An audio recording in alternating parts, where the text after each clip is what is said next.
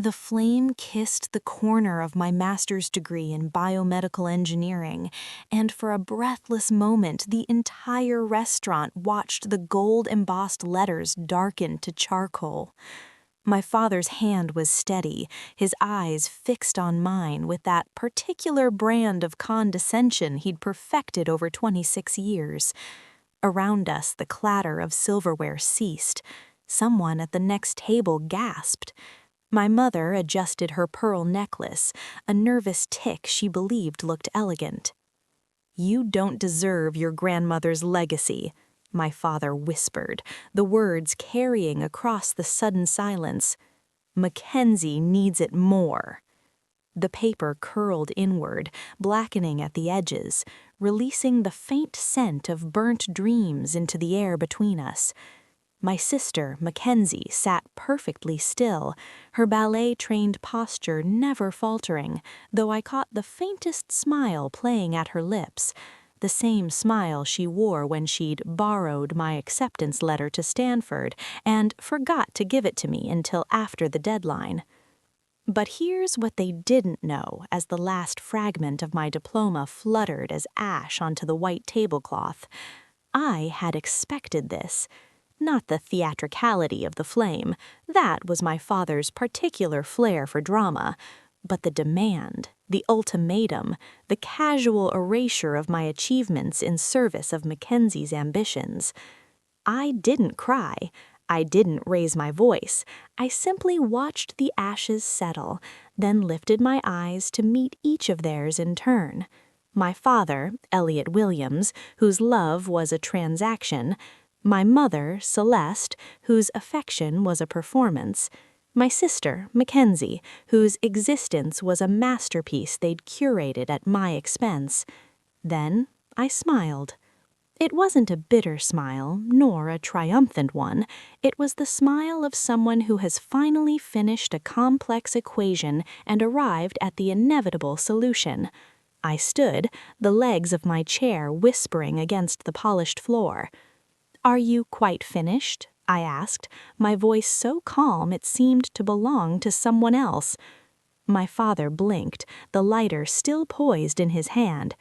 "Aria, sit down. We're not—" "I believe you are," I said, collecting my small clutch purse. "You've made your position abundantly clear." Mackenzie reached out, her manicured fingers aiming for my wrist. "Don't be dramatic, Aria. It's just paper. We're talking about real things now. The vineyard, the house in Napa, grandmother's entire—" I stepped back before she could touch me. "It was never just paper, Mackenzie, but you wouldn't understand that." My mother finally spoke. Her voice, the careful, measured tone she used for charity galas and damage control. "Darling, please, let's discuss this like adults. Your sister has the vision for the vineyard, the connections. You have your science." "Ah, yes, my science. The 7 years of study, the research published in 3 peer-reviewed journals before I turned 25, the medical patent pending, all reduced to a vaguely embarrassing hobby in her estimation." The discussion ended when Dad decided pyrotechnics were appropriate dinner entertainment, I said, smoothing the silk of my dress. "I'll be taking my future with me, since you've so kindly disposed of this symbol of it." I turned and walked through the hushed restaurant, past tables of wide-eyed strangers who would dine out on this story for weeks. The click of my heels echoed in the sudden quiet. No one followed. They were too stunned, or perhaps too confident that I would come crawling back as I always had. But I wouldn't, because the real reason I could walk away without looking back wasn't just resilience or pride. It was knowledge. And in exactly 1 week, at 10 a.m. in a San Francisco law office overlooking the bay, they would discover just how profound their miscalculation had been. My name is Aria Williams, and for most of my life, I perfected the art of strategic silence. Silence, my grandmother taught me, is not emptiness. It is space. Space to observe, to calculate, to understand the architecture of a room before you choose where to place your words. Rose Williams was a woman who understood power, having built a wine empire from 3 acres of stubborn soil and a second mortgage. She was also the only person in my family who saw me as something other than a supporting character in Mackenzie's story. "Watch how people treat you when they think you have no power," she told me when I was 12, the summer I spent with her at the vineyard while my parents took Mackenzie to Paris for a cultural immersion that mostly involved Instagram photos at the Louvre. Their true faces emerge in those moments, and oh, how I watched. At 9, when I won the regional science fair with a rudimentary water purification system, my father's congratulatory call lasted 47 seconds before he asked, "Is Mackenzie there? We need to discuss her dance intensive." At 14, when I taught myself coding and developed an app that tracked environmental changes in the vineyard, my mother patted my head and said, "How clever," before turning to Mackenzie's new painting. "Now this," she breathed, "this is true artistry."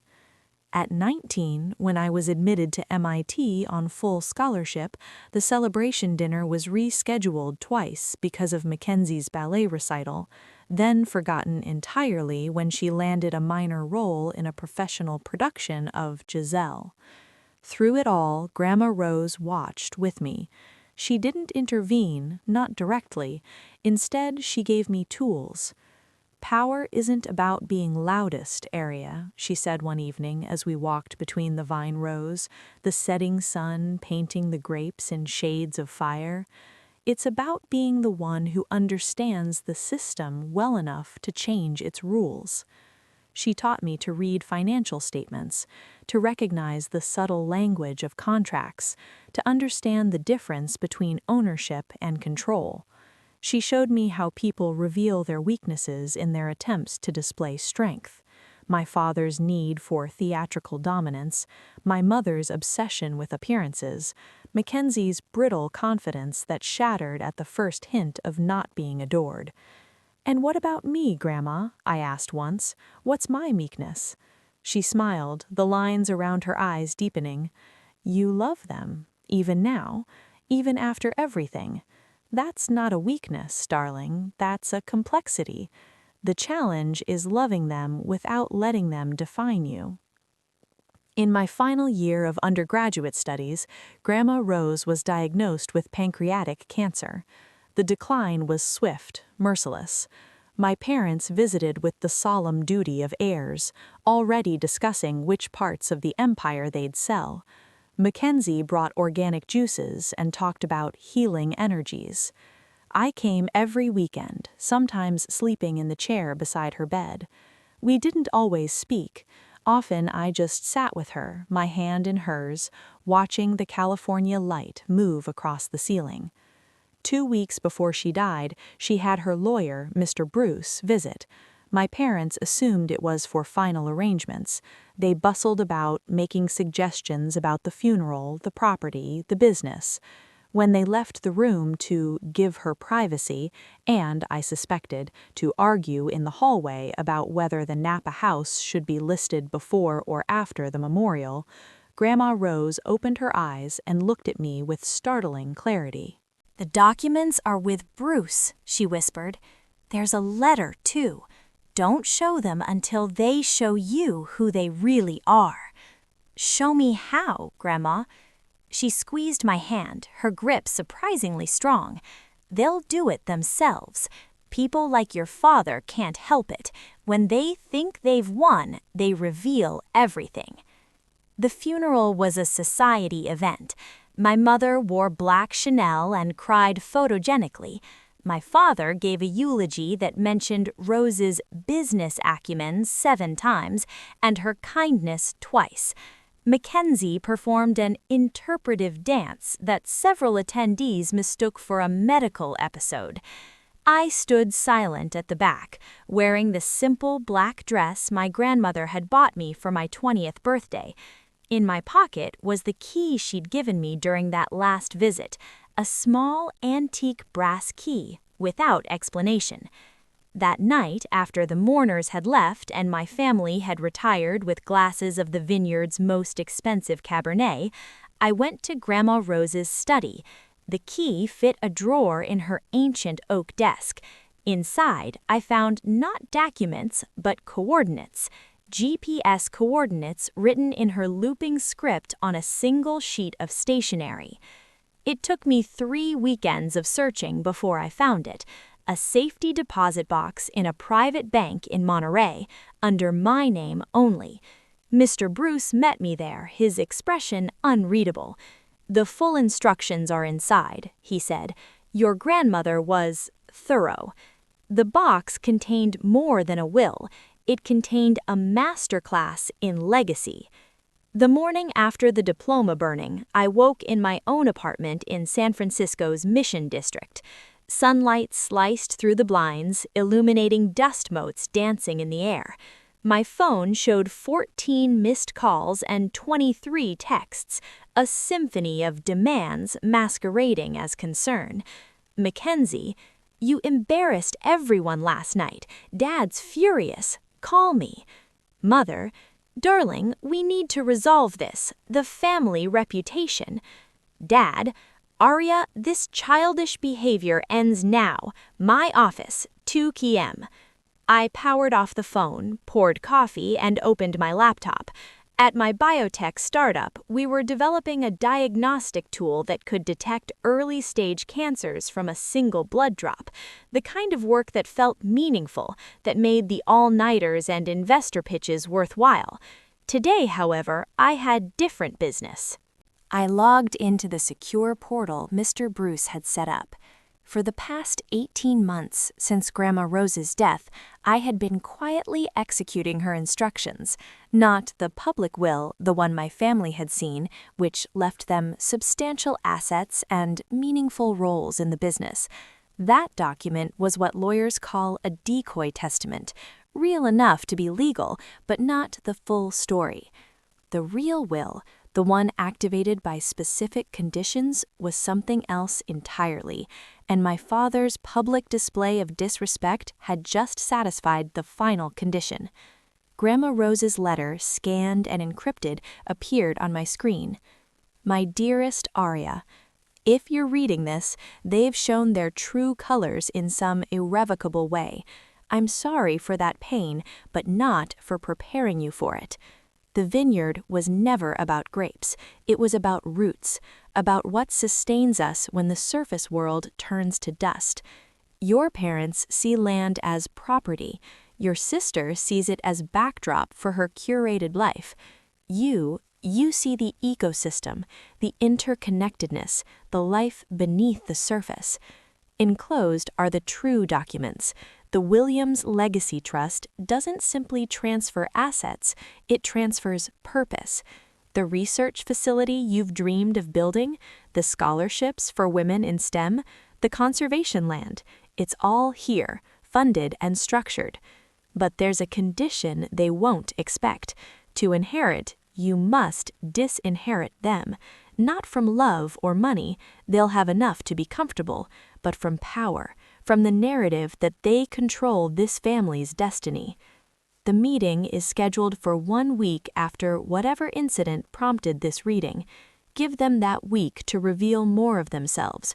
You'll find it educational. Be strong, my quiet girl. The world needs more women who understand that sometimes the most powerful thing you can say is nothing at all. Love always, Grandma Rose." I read the letter twice, then opened the trust documents. The complexity took my breath away. Grandma hadn't just left me the vineyard, she'd created a foundation, a research institute, an endowment that would fund scientific work for generations. The business itself would be transformed, with profits funneling into medical research rather than luxury purchases. My family knew none of this. They believed they were inheriting a profitable wine business and several valuable properties. They'd been living in that expectation for 18 months, making plans, spending against futures that weren't theirs. My phone, turned back on briefly, buzzed with a new email from my father. "Aria, your continued silence is unacceptable. Mackenzie has architects scheduled for the Napa house renovation next week. We need the property transfer signed by Friday. This isn't a negotiation. Your ingratitude is noted. After everything we've provided, the education, the opportunities, this is how you repay us? By withholding what rightfully belongs to your sister? Be in my office today, 4 p.m. Don't test me. Dad. I deleted it unread. Then I composed 2 emails of my own. The first was to Mr. Bruce. Condition met. Proceed as planned. The second was to my research team. Taking personal leave effective immediately. See you in 1 week. Then I did something I hadn't done since childhood. I took a day for myself. I walked through Golden Gate Park, visited the Japanese tea garden, bought a book from a tiny bookstore in the Haight, and ate sushi alone at the counter of a restaurant where no one knew my name. The freedom was dizzying. The silence wasn't empty. It was full of possibilities. Over the next 6 days, my family's communications evolved through distinct phases, like a disease progressing through predictable stages. The first day, my father's messages grew more threatening, mentioning lawyers, cutting me off completely, and reminding me of my dependence on family resources. He seemed genuinely confused that his usual tactics weren't working. My mother alternated between guilt, think of the scandal, and cold practicality. We can do this with or without your cooperation, but without will be uglier. The second day, my aunt called, my mother's sister, who once told me I was too intense for my own good. Your mother is sick with worry, she said. Is this really worth it?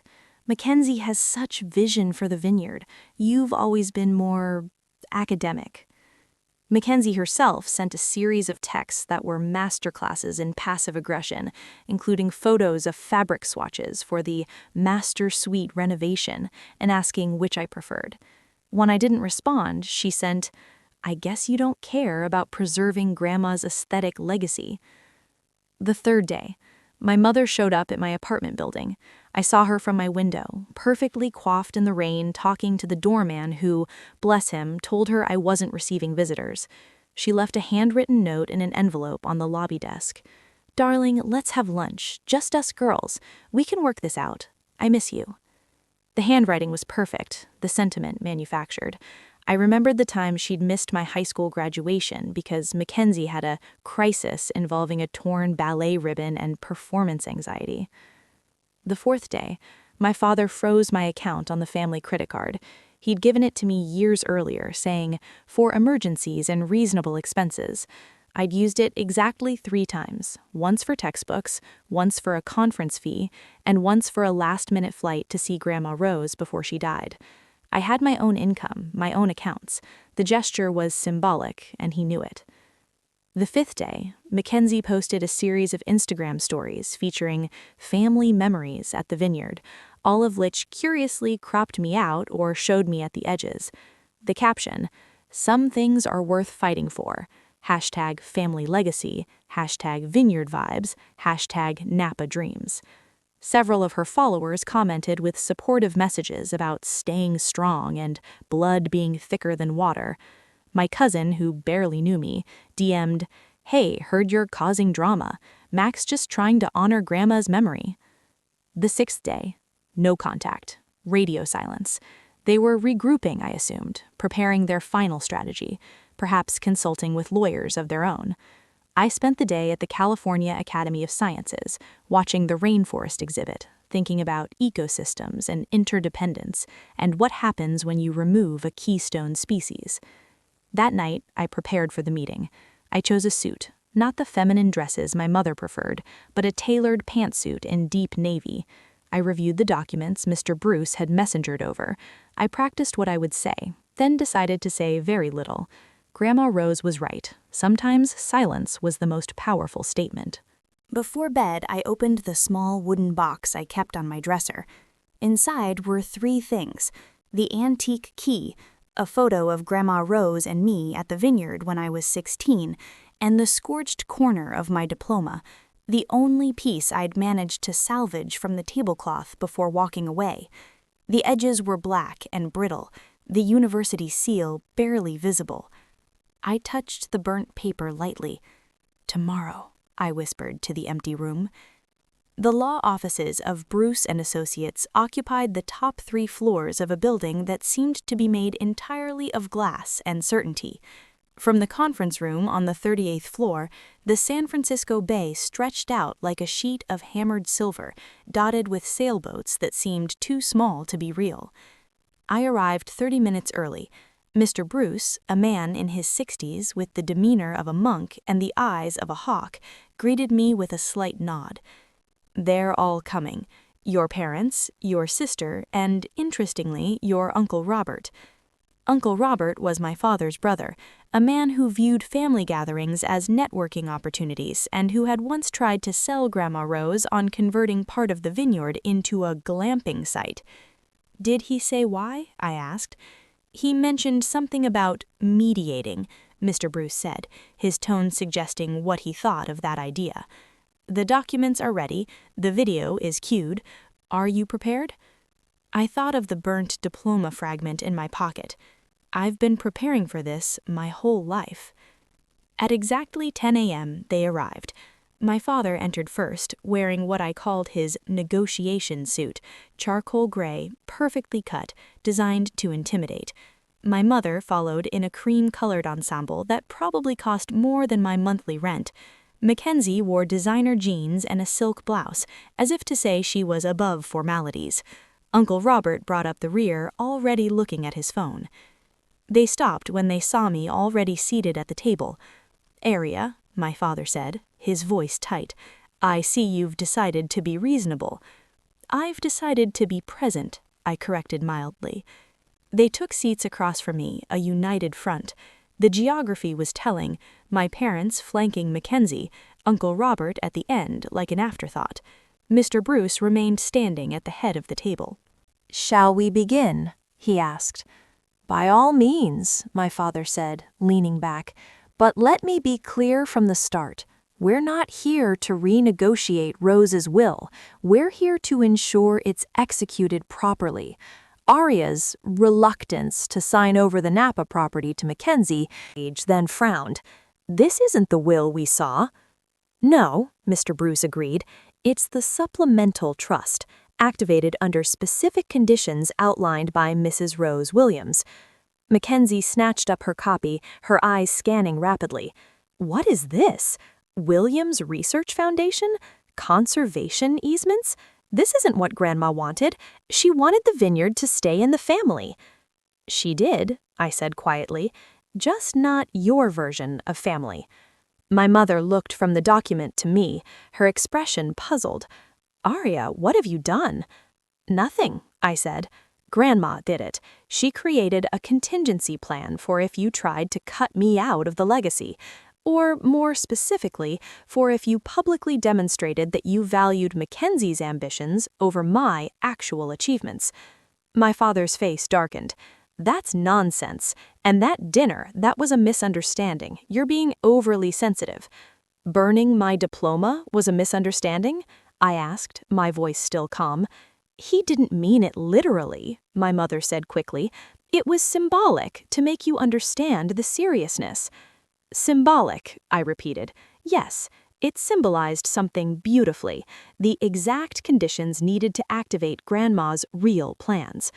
Uncle Robert finally looked up from his phone. "Elliot, what's going on here?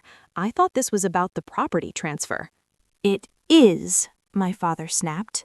Then to Mr. Bruce, "This supplemental document, it's not valid.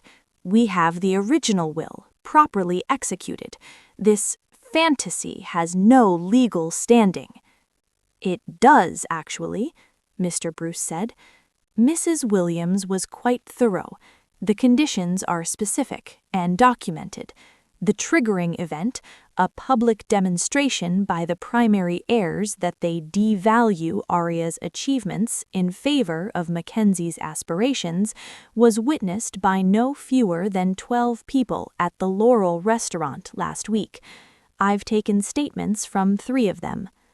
My mother's hand went to her throat. "You've been investigating us?" "Documenting," Mr. Bruce corrected. as per Mrs. Williams's instructions.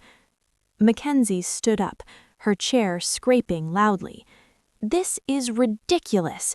Grandma would never do this. She loved me. She knew I had vision for the vineyard. Aria doesn't care about wine. She cares about test tubes and microscopes."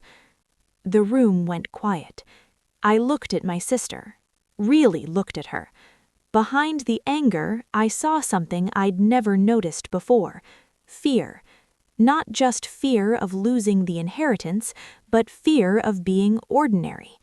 Mackenzie had built her identity on being the special one, the artist, the visionary. Without that narrative, without the resources to perform that role, who was she? Grandma loved you, Mackenzie, but she loved the truth more. And the truth is, you see the vineyard as a backdrop. She saw it as a living system. So do I. My father slammed his hand on the table. "Enough. Bruce, you will execute the original will, or I will have you before the Bar Association so fast—" "Elliot," Mr. Bruce interrupted, his voice like cooled steel, "before you complete that threat, you should watch something." He picked up a remote. A screen descended from the ceiling. For a moment there was only darkness.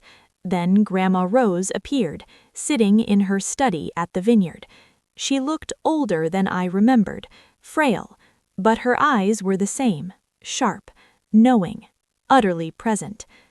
If you're watching this, then my worst fears about my family have been confirmed, and my highest hopes for Aria have been realized. My mother made a small, choked sound. Rose continued, looking directly into the camera, as if she could see us. "Elliot, Celeste, you raised a remarkable daughter. Unfortunately, it wasn't the one you focused on. You were so busy curating Mackenzie's brilliance that you failed to notice Aria's. You treated her quiet strength as weakness, her observation as passivity, her intelligence as inconvenience." On screen, she leaned forward slightly. "Aria, if you're there, and I believe you are, know this. I didn't do this to punish them. I did it to free you, and to protect what matters. The vineyard, the land, the business, they're not just assets, they're responsibility, stewardship. You understand that in your bones. They see dollar signs and status." She turned her gaze slightly, as if addressing my parents directly. "You'll receive the properties I left you in the first will. You'll be comfortable. But the heart of the legacy, the vineyard, the research foundation, the future, that belongs to Aria. Not because she's the oldest or because she deserves it more, but because she's the only one who understands what it actually is." The video ended. The screen went dark. For a full minute, no one spoke. The only sound was the faint hum of the building's ventilation system. Then Mackenzie started crying. Not delicate, pretty tears, but ragged, ugly sobs. "She never loved me," she choked out. "All those talks about my art, my vision, she was just—" "She loved you," I said, surprised by the compassion in my own voice. "She just loved reality more. You can have vision without substance, Mackenzie. Grandma understood the difference." My father stood, his face pale. "This isn't over, Aria. We'll challenge this. You'll lose," Mr. Bruce said calmly. "The documentation is exhaustive. The conditions were clearly met, and frankly, Elliot, do you really want this played out in court? The dinner incident alone—" My father seemed to deflate, the bluster leaving him all at once. He looked at me, really looked at me, perhaps for the first time. "You planned this," he whispered. "You let us. You wanted—" "I didn't want any of this," I said, standing to face him. "I wanted a family who saw me, who valued what I actually am, not what they wished I was. Grandma gave me a path to build that for myself when it became clear you never would." I gathered my copies of the documents. The foundation will be established next month. The research wing will bear Grandma's name. The vineyard will continue with sustainable practices and a portion of profits funding medical research. You're welcome to visit as guests. My mother finally spoke, her voice small. And us? Where does that leave us? I looked at her, this woman who had always been more concerned with surfaces than depths. Where you've always been, Mother, in the life you chose. I turned to leave, then paused at the door. One more thing. The diploma you burned? It was a copy. The real one is in a safety deposit box. Grandma suggested I make a copy after you started asking about the inheritance. She said you might do something theatrical. I didn't wait for their response. I walked out, through the sleek lobby, into the elevator, down to the lobby. The morning air was cool and clean. I breathed it in deeply. In my pocket, my fingers found the burnt fragment of paper. I took it out, looked at it for a moment, then let it go. The wind caught it, carrying it away down the street, a tiny black fragment disappearing into the city's motion. 3 months later, I stood at the edge of the vineyard as the sun set, painting the rows of grapes in shades of gold and purple. The research facility designs were spread out on a table behind me, modern, sustainable, integrated with the land rather than dominating it. My phone buzzed with a message from the construction manager. My parents had listed the Napa house. Mackenzie had moved to New York, telling people she needed space to create away from family drama. My father had taken a consulting position. My mother had doubled her charity committee commitments. They hadn't contacted me, not once. The silence was both punishment and gift. Mr. Bruce approached, holding 2 glasses of the vineyard's signature Cabernet. "To new beginnings," he said, handing me one. I took it, sipped. The wine was deep, complex, with notes of blackberry and something earthier beneath. "To Grandma," I corrected. We stood in comfortable silence for a moment. Then he said, "You know, she almost told them, near the end. She thought about explaining the full plan." "Why didn't she?" He smiled slightly. "She said some lessons need to be lived to be learned, and some people won't change until the consequences are real." I looked out over the land, not just as property but as ecosystem.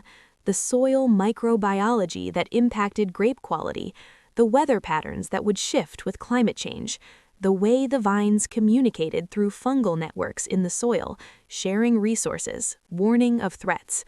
Grandma had seen it too, this interconnectedness. She'd just expressed it through wine rather than science. We'd been speaking the same language all along, just with different vocabularies. "You'll do remarkable things here, Aria," Mr. Bruce said. She knew that. I nodded, but my thoughts were already turning to the research ahead. The early cancer detection technology we were developing could save thousands of lives. The vineyard would fund it. The legacy wouldn't be about money or status, but about healing, about using roots to reach toward the future. That night, in Grandma Rose's study, now my study, I opened the bottom drawer of the oak desk. Beneath the files and documents, my fingers found what I hadn't noticed before, a small hinged panel. I pressed it, and a compartment opened. Inside was a single sheet of paper, folded small. Grandma's handwriting more hurried than usual. "Aria, if you've found this, you've succeeded. You've claimed your life. Now a final lesson. Legacy isn't about what you leave behind, it's about what grows in your absence. Plant seeds you'll never sit under the shade of. Love always, Grandma." I folded the note, placed it back in the compartment. Then I went to the window, looked out at the moonlit vineyard. The vines stood in orderly rows, their roots reaching deep into the dark soil, drawing up nutrients, preparing for the next season's growth. Silence, I realized, wasn't just strategy, it was the space where things grew, the quiet between notes that made the music, the darkness between stars that defined the constellations. My family had tried to burn my future, but they'd only succeeded in clearing the ground for what was meant to grow there all along. And as the moon silvered the grape leaves, I understood the final truth. Sometimes the most powerful inheritance isn't what you're given, it's what you become when you stop waiting for permission to exist. The vineyard slept under the stars, and for the first time in my life, so did I.